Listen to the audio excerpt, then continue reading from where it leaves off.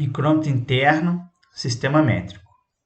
Hoje a gente vai aprender a realizar a leitura de medidas em micrômetros como esse daqui. O micrômetro interno com 3 contatos. Para que a gente consiga realizar essa medição, a gente vai utilizar essa representação, que equivale a essa região do micrômetro.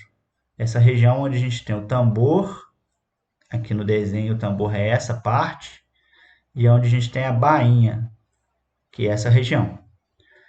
Para que a gente possa entender esse procedimento, eu sugiro que vocês assistam os nossos vídeos, no qual a gente explica a leitura do micrômetro externo. Isso vai acabar dando um embasamento maior para a gente entender o processo de leitura aqui do micrômetro interno, porque aqui tem umas particularidades. Bom, vamos lá. O procedimento de leitura de qualquer instrumento começa com o passo de descobrir a sua resolução. A resolução de um instrumento é quanto vale a menor dimensão que ele consegue enxergar, né? Qual a menor medida que ele consegue medir. Para fazer isso em qualquer instrumento, a gente pode usar a mesma fórmula, na qual a gente divide o menor valor da escala principal, que nesse caso aqui seria a bainha, o menor valor da bainha, a menor dimensão que pode ser representada na bainha é meio milímetro. E a gente pega esse valor e divide pelo número de traços do tambor, que no caso desse instrumento são 100 traços. Dividindo meio milímetro por 100, a gente tem a resolução desse instrumento, que equivale a 5 milésimos de milímetro. 5 milésimos é quanto vale cada um desses tracinhos pequenos. Aqui eu vou propor algo para vocês que vai tornar o entendimento da leitura aqui um pouquinho mais simples. Nós vamos temporariamente fingir que não existem esses tracinhos pequenos, esses tracinhos de 5 milésimos. Se a gente fingir que não existem esses tracinhos, a gente diminui o número de traços para 50, e na hora que a gente faz o cálculo da resolução, ao invés de achar 5 milésimos, a gente vai achar 1 centésimo. E 1 centésimo é a resolução do micrômetro externo, o micrômetro que realiza medições externas, que a gente já sabe medir graças aos vídeos anteriores. Então nós vamos fazer isso. Por enquanto nós vamos fingir que não tem esses tracinhos e considerar apenas esses traços maiores que existem entre o 0 e o 5, por exemplo. E esses traços maiores vão apresentar essa resolução de 1 centésimo, que a gente já está acostumado a trabalhar com ela.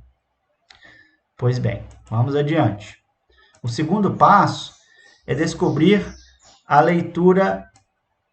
Vou apagar aqui só para não ficar confuso. Descobrir a leitura da bainha. Qual a dimensão representada aqui na bainha desse micrômetro? Bom, aqui tem mais uma particularidadezinha em relação ao micrômetro externo. Aqui nesse micrômetro interno a gente já consegue ver qual é a máxima dimensão do furo que ele consegue medir, que é 35 milímetros. Esse é o máximo diâmetro interno que ele consegue medir. Essa dimensão ela vai diminuindo à medida que a gente se aproxima do tambor. Esse 4 que a gente está enxergando aqui, na verdade, equivale a 34 milímetros. Esse 3 equivale a 33. Esse 2 equivale a 32. Aqui o 31 e aqui o 30. Então, a leitura da bainha desse tambor, a leitura da medida representada na bainha, equivale ao traço da bainha que está sendo escondido pelo tambor. Olha só, você está conseguindo visualizar o traço de 32 milímetros.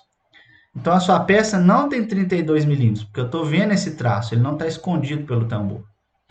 A sua peça não tem 31,5, porque 31,5 eu também estou enxergando. A sua peça não tem 31 milímetros, porque eu também estou enxergando 31 milímetros.